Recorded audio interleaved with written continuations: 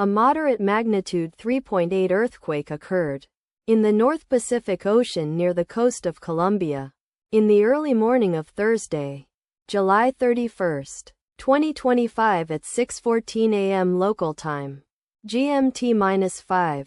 The quake had a very shallow depth of 13 kilometers, 8 miles, and was reported felt by some people near the epicenter. First to report, Raspberry shake after 4 minutes.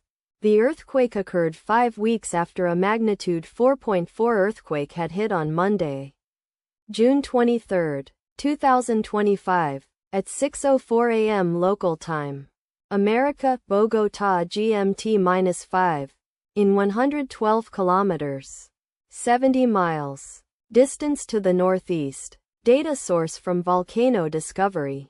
Did you feel it? Let us pray. May the earthquake that occurred not affect our brothers and sisters there.